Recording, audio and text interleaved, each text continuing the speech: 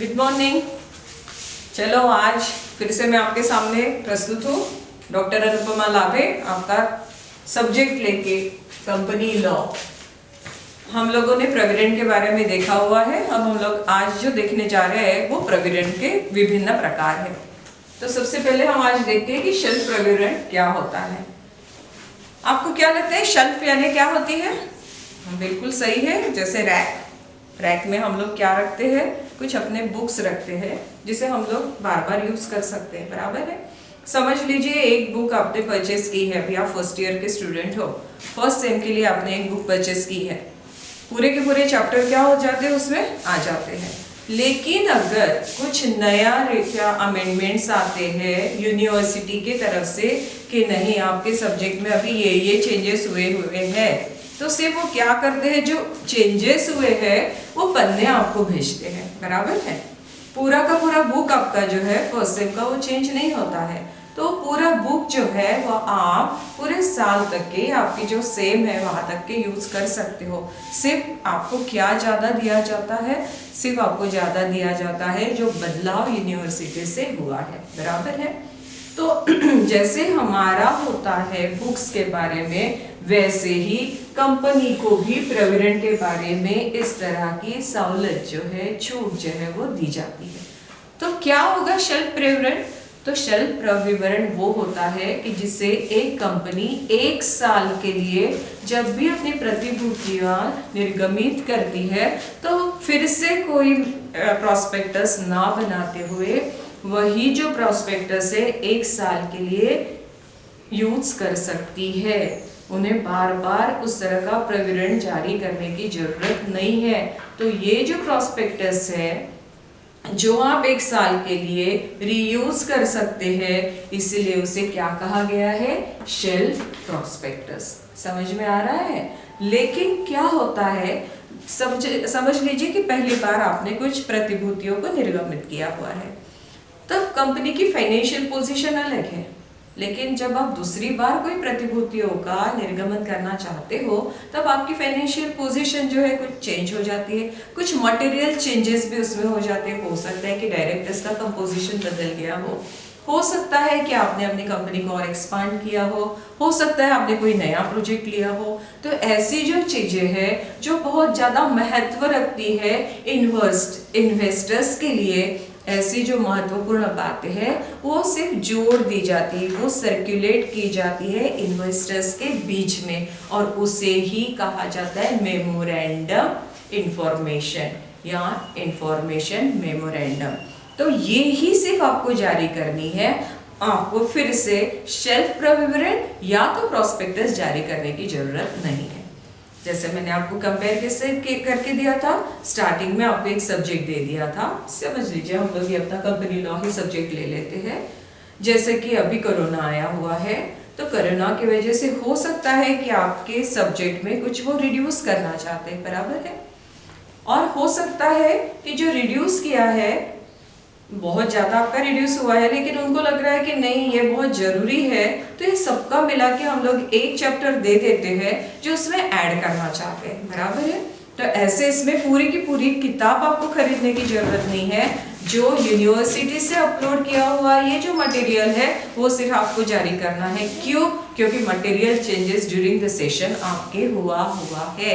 समझ में आया है? ये जो चेंजेस होते हैं उसे कहा जाता है इंफॉर्मेशन मेमोरेंडम, यानी जानकारी देने वाला मेमोरेंडम। चलो तो फिर हम लोग देखते हैं कि शेल्फ प्रोविडेंट से आशय क्या है।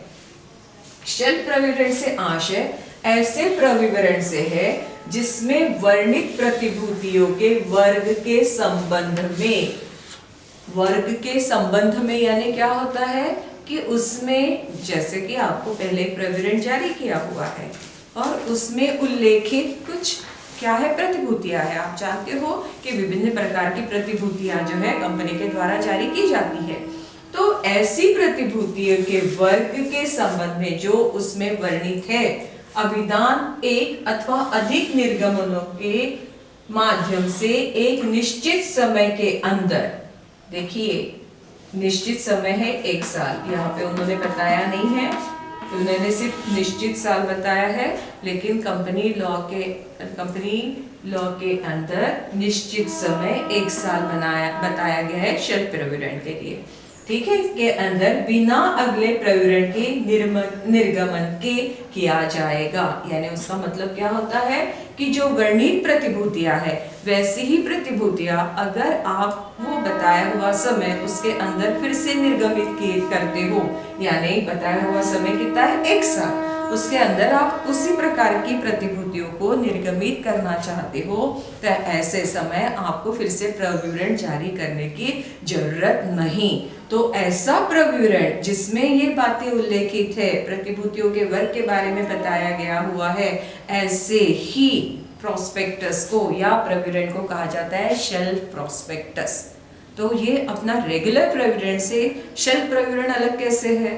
ये शेल्फ प्रोविडेंट एक कंपनी को दी हुई कंपनी एक्ट के अंडर एक छूट है, क्योंकि आप जानते हो कि जब भी हम लोगों को कोई प्रोस्पेक्टस इशू करना है तो उसके प्रिंटिंग में हमें बहुत ज़्यादा खर्चा होता है, फिर बार बार हमें उसके लिए फाइल करना है रजिस्ट्रार के पास, उससे फिर से वो परमिशन लेनी है, उसमें आपका वक्त जो है वो कंज्यूम होता है, टाइम कंज्यूमिंग प्रोसेस है।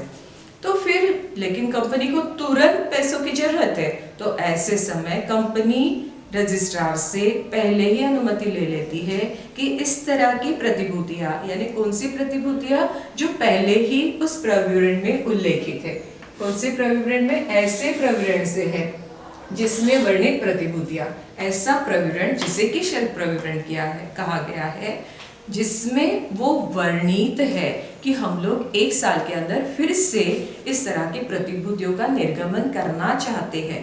पहली बार आपने प्रोस्पेक्टस दे दिया है, उसमें जो भी जरूरी जानकारी है वो आपने पहले ही रजिस्ट्रार के पास फाइल की है, लेकिन जब आप सेकेंड यानी दूसरी बार या तीसरी बार जब भी आप इस तरह से प्रतिभूतियों को निर्गमित करना चाहते हैं तो आपके कंपनी उस समय यानी पहली बार आप जब प्रोविडेंट का रजिस्ट्रेशन किए हुए रजिस्ट्रार के पास, उस समय से जब दूसरी बार आप प्रोविडेंट का फिर से निर्गमन करना चाहते हैं, उस बीच में जो चेंजेस हुए हैं, और चेंजेस कौन से, मटेरियल चेंजेस जो हुए हैं, वो सिर्फ आपको किससे बताना है, रजिस्ट्रार के पास फाइल करना है। समझ में आया है? तो उसे क्या कहा जाता है, शेल्फ प्रोविडेंट। और वो प्रतिभूतियां आप कितने दिनों तक के उसी प्रोस्पेक्टस के बेस पे इशू कर सकते हैं, सिर्फ 1 साल के लिए। तो ऐसे जो प्रोविडेंट होते हैं उन्हीं को कहा जाता है शेल्फ प्रोविडेंट। ठीक है, तो अभी हम लोग देखते हैं कि इसके संबंध में क्या क्या प्रावधान बताए गए हुए। एक तो ये कि रजिस्ट्रार के यहाँ शेल्फ प्रोविडेंट की फाइलिंग, देखिए प्रोस्पेक्टस जिस तरह से फाइल किया जाता है उसी तरह से हमें शेल्फ प्रोविडेंट को भी रजिस्ट्रार के पास फाइल करवाना है, और उसमें वही सब नियम लागू होते हैं जो प्रोविडेंट के संबंध में होते हैं। शेल्फ प्रोविडेंट में भी अगर आप कुछ गलत बातें बताते हो तो उसके लिए ये जो डायरेक्टर्स है, संचालक है, प्रवर्तक है, या जो इशुइंग अथॉरिटी है, यानी जिन्हें अधिकार दिया हुआ है ऐसे प्रोविडेंट को इशू करने के लिए, वो पूरे के पूरे लोग उत्तरदायी होते हैं। जैसे कि हमने देखा प्रोस्पेक्टस में मिस स्टेटमेंट इन प्रोस्पेक्टस यानी मिथ्या वर्णन है प्रोविडेंट में, तो उस तरह उस वक्त जिस तरह से ये लोग उत्तरदायी होते हैं, वैसे ही अगर आपने शेल्फ प्रोविडेंट में भी अगर कुछ मिथ्या वर्णित किया हुआ है तो उसके लिए भी उनकी जिम्मेदारी वैसी ही बनी रहेगी।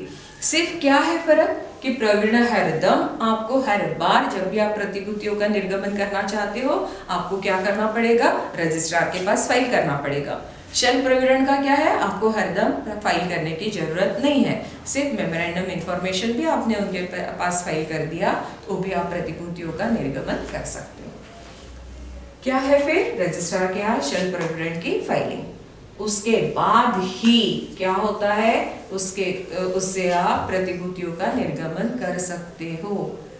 फिर रजिस्ट्रार को सूचना की फाइलिंग, जैसे कि मैंने कहा सूचना की फाइलिंग यानी क्या होता है कि जो मटेरियल चेंजेस हुए हैं, पहली बार आपने जब प्रोविडेंट इशू किया था उस वक्त और आज दूसरी बार या तीसरी बार जब आप कर रहे हो, जो भी चेंजेस हुए हैं उसके बारे में आपको सूचना जो है यानी ही इंफॉर्मेशन मेमोरेंडम वो किसके पास फाइल करना है, रजिस्ट्रार के पास, उसकी भी फाइलिंग करनी है। अच्छा, रजिस्ट्रार के पास क्यों फाइलिंग करनी है? रजिस्ट्रार के पास इसलिए फाइलिंग करनी है क्योंकि वो पब्लिक डॉक्यूमेंट है और अगर मुझे उसका इंस्पेक्शन करना है तो मैं कहाँ पे जाके कर सकती हूँ, रजिस्ट्रार के पास। और जब भी आपका प्रविवरण या जब भी आपका कोई डॉक्यूमेंट रजिस्ट्रार के पास फाइल होता है तो उसके ऊपर हमारा भरोसा होता है। क्यों होता है? क्योंकि वो ऑथेंटिकेटेड होता है। रजिस्ट्रार के पास जो भी फाइल किया जाता है उसके लिए जब रजिस्ट्रार उससे एक्सेप्ट करता है तभी कंपनियों को परमिशन मिलती है आगे बढ़ने की, बराबर है। तो जिन चीज़ों का फाइलिंग ही नहीं हुआ है रजिस्ट्रार के पास उसके ऊपर हम लोग विश्वास नहीं रख सकते। इसलिए जो भी कंपनी से रिलेटेड इंपॉर्टेंट डॉक्यूमेंट है वो हमें कहाँ पे फाइल करने हैं, रजिस्ट्रार के पास। अगर हम लोग नहीं करते तो उसका कोई भी परिणाम नहीं होता है। यानी ही परिणाम नहीं होता है यानी क्या है, कंपनी उन प्रविवरण के द्वारा सामान्य जनता से कोई भी शेयर्स जो है वो इशू नहीं कर सकती है। फिर तीसरा क्या है, मेमोरेंडम के साथ शेल्फ प्रविवरण को प्रविवरण माना जाएगा।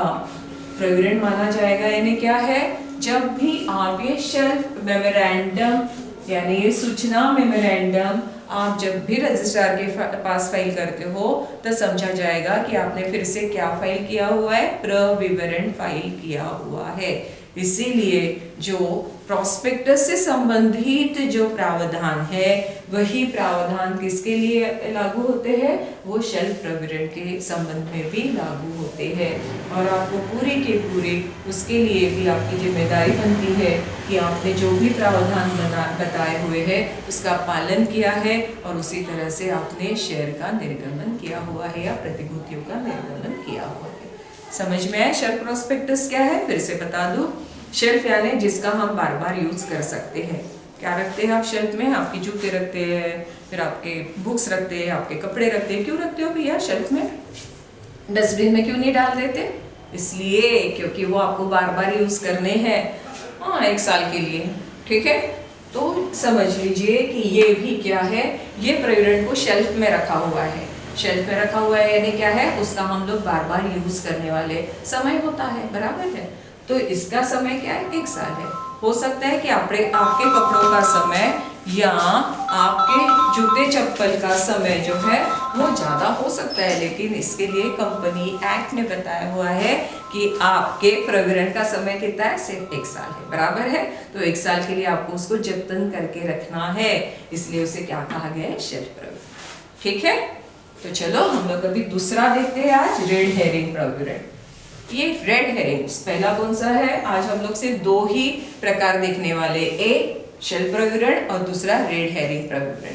ये रेड हेरिंग प्रविवरण क्या होता है, ये ऐसा प्रविवरण है जिसमें उसे वर्णित प्रतिभूतियों की मात्रा एवं मूल्य संबंधी संपूर्ण सूचना शामिल नहीं है। अरे ये क्या है भैया, प्रविवरण भी बोल रहे हो और उसमें मूल्य भी नहीं बताया है और उसमें आपने ना मात्रा बताई है, मात्रा यानी क्वांटिटी होती है, समझ में आया, ना क्वांटिटी बताई है ना उसकी प्राइस बताई है। तो जब आप बता ही नहीं रहे हो तो ये ऐसा जारी करने का मतलब क्या है, यही तो है। रेड हेरिंग क्या बताता है, रेड हेरिंग बताता है कि कंपनी इस तरह की प्रतिभूतियों को जारी करने वाली है। कंपनी ये जो आपसे पैसे जो जमा होंगे शेयर्स के द्वारा उसका यहाँ जाके उपयोग करने वाली है। कंपनी ऐसी है, कंपनी का नाम ऐसा है, कंपनी के प्रोजेक्ट्स ऐसे हैं। एक तरह से कंपनी प्रविवरण जारी करने के पहले अपनी एडवर्टाइजमेंट देती है, समझ में आया। कंपनी ये देखना चाहती है कि जो मेरा प्रोस्पेक्टिव शेयर होल्डर है वो क्या मेरी कंपनी के शेयर्स परचेस करना चाहता है, और अगर वो चाहता है तो वो कितनी मात्रा में और कितने पैसे देके मेरे शेयर्स को परचेस करने के लिए तैयार है। एक तरह का ये बुक बिल्डिंग होता है। बुक बिल्डिंग क्या होता है, चलो देखते हैं। ये रेड हेरिंग प्रविवरण ना तो क्या बता रहा है, ना मात्रा बता रहा है ना मूल्य बता रहा है। मात्रा नहीं बता रहा है यानी इसका मतलब ये है कि वो कितने टोटल क्वांटिटी में शेयर्स इशू करेगा, ये नहीं बता रहा है। मूल्य नहीं बता रहा है, यानी वो ये नहीं बता रहा है कि वो किस प्राइस पे शेयर्स को इशू करना चाहता है, वो आपके ऊपर छोड़ देता है। वो आपको पूछता है सिर्फ वो क्या कर सकता है, या 10,000 शेयर्स परचेस कीजिए, तो फिर वो बोलता है कि आप इतने शेयर्स परचेस करना चाहते हो तो ये आप कितने रुपए में खरीदना चाहते हो, आपसे पूछ रहा है वो कि मैं ऐसे शेयर्स जो है वो जारी करने वाला हूँ, आप कितने में खरीदोगे। तो वो पूछता है कि जैसे एक शेयर समझ लीजिए, सिर्फ हम लोग एक शेयर की बात करते हैं, उसकी फेस वैल्यू है 10 रुपीज, लेकिन कंपनी बोल रही है कि हम लोग 100 या 500 के बीच में इसे हम लोग इशू करना चाहते हैं, तो आप हमें कितना मूल्य देने के लिए तैयार हैं, समझ में। फिर वो बोलता है कि हम लोग 100 शेयर्स अगर इशू करते हैं, फेस वैल्यू फिर से कितनी है 10, फिर से वो एक अलग प्राइस अपने रखता है। अगर ये है, समझ लीजिए यहाँ से हम लोग अभी शुरू करते हैं, ठीक है। 100 शेयर्स 10 रुपए के, अगर आप उसे खरीदना चाहते हो तो आप उसे कितने में खरीद सकते हो, 5,000 और 800 के बीच में, 500 और 800 रुपए के बीच में आप हमें कितना पैसा देना चाहते हो वो बताइए वो शेयर के लिए। ये 10,000 क्या होता है, 100 क्या होती है, क्वांटिटी, यानी अगर आपको क्वांटिटी 100 लेनी है तो शेयर का मूल्य कितना दोगे आप, 500 से 800 के बीच में। यानी फिर हो सकता है मैं बोलूँ कि 100 शेयर्स अगर मुझे परचेस करने हैं तो मैं 700 देने के लिए तैयार हूँ। दूसरा हो सकता है वो बोलेगा 600, तीसरा हो सकता है वो बोलेगा 500, चौथा हो सकता है वो कुछ और बताएगा। समझ में आ रहा है। तो ये सब कुछ ये जान लेते हैं पहले ही मार्केट से कि मेरे अगर मैं इतने निर्गमित करना चाहता हूँ, वो लॉट देते हैं 100, 200, 500 और उस तरह से वेरिएशन करते हैं प्राइस में, ठीक है। तो फिर ये पहले जानकारी ले लेते हैं कि कितने मूल्य के लिए वो कितना देना चाहते हैं। तो फिर जैसे इतने शेयर से इतने मूल्य में हमें अगर रेस करने हैं और कंपनी का बजट पहले से ही तैयार रहता है कि अगर हमें इतने शेयर्स इशू करने हैं, उनकी रिक्वायरमेंट क्या है, फाइनेंशियल रिक्वायरमेंट वो उन्हें मालूम होती है, और वो फाइनेंशियल रिक्वायरमेंट को फुलफिल करने वाले लोग कितने पैसे हमें उससे मिलेंगे उसके ऊपर से वो डिसाइड करते हैं कि कितने शेयर्स और कितने मूल्य के हमें इशू करने हैं। समझ में आया। तो ये प्रविवरण जारी करने के पहले जो कंपनी एक प्रविवरण जारी करती है जिसमें ना तो मूल्य का उल्लेख है ना तो क्वांटिटी का उल्लेख है यानी मात्रा का उल्लेख है, ऐसे प्रविवरण को कहा जाता है रेड हेरिंग प्रविवरण। समझ में आया है। क्यों रेड हेरिंग प्रविवरण कहा जाता है, क्योंकि हाँ, और दूसरा ये भी होता है रेड का मतलब क्या होता है, अलर्ट। अलर्ट यानी क्या है, ये यानी उनकी तरफ से एक डिस्क्लेमर दिया जाता है, वो उसमें बताते हैं कि अभी तक कि इसका कोई भी रजिस्ट्रेशन रजिस्ट्रार के पास हुआ नहीं है, हमने ये प्रस्ताव जो है वो रजिस्ट्रार के पास दिया हुआ है। ये रेड लेटर में वो इस तरह से मेंशन करते हैं, और जब रजिस्ट्रार के तरफ से इसके लिए एक्सेप्टेंस मिल जाती है तो इसे जब आप प्रविवरण जारी करते हो उसके कम से कम 3 दिन पहले आपको ये पब्लिक में जारी करना जरूरी होता है। समझ में आया। क्यों नहीं रेड हेरिंग, क्यों, क्योंकि अभी तक के उसके लिए रजिस्ट्रार ने एक्सेप्टेंस नहीं दी है। आपने रजिस्ट्रार के पास उसे दिया हुआ है लेकिन अभी तक के रजिस्ट्रार ने उसको एक्सेप्ट नहीं किया है, लेकिन फिर भी ऐसे कंपनियां देना चाहती है क्योंकि उनका नाम बना हुआ है मार्केट में। नाम बना हुआ है तो ऑब्वियसली पूरे के पूरे जो इन्वेस्टर्स है वो क्या करना चाहते हैं, ऐसे कंपनी के शेयर्स को परचेस करना चाहते हैं, लेकिन कंपनी खुद ही अनुमान नहीं लगा पा रही है कि वो कितने मूल्य में उस शेयर्स को दे। तो आखिरकार खरीदार कौन है, इन्वेस्टर। तो वो इन्वेस्टर से जान लेना चाहती है कि आप हमारे शेयर्स कितने क्वांटिटी में कितने मूल्य पर खरीदना चाहते हो। तो ये जब कंपनी शेयर होल्डर्स के द्वारा या इन्वेस्टर्स के द्वारा जान लेना चाहती है तो ऐसे प्रविवरण को कहा जाता है रेड हेरिंग प्रविवरण। समझ में आया है। तो हम लोग आज यहीं पे रुकते हैं, और अगर आपको कुछ मेरे ये 2 आज जो हमने प्रविवरण के बारे में बात की है उसमें अगर कोई आपको डाउट होगा तो आप अपने गूगल मीट के द्वारा या गूगल क्लासरूम में आप उसके लिए मुझे अपने डाउट्स पूछ सकते हो, और अगर आप पूछोगे तो ही मुझे लगेगा कि आपने कुछ तो भी पढ़ा हुआ है या तो आपने कुछ तो भी वीडियो को सुना है। ठीक है, चलो धन्यवाद। नेक्स्ट इसमें मिलते हैं बाकी प्रविवरणों के साथ में। Thank you.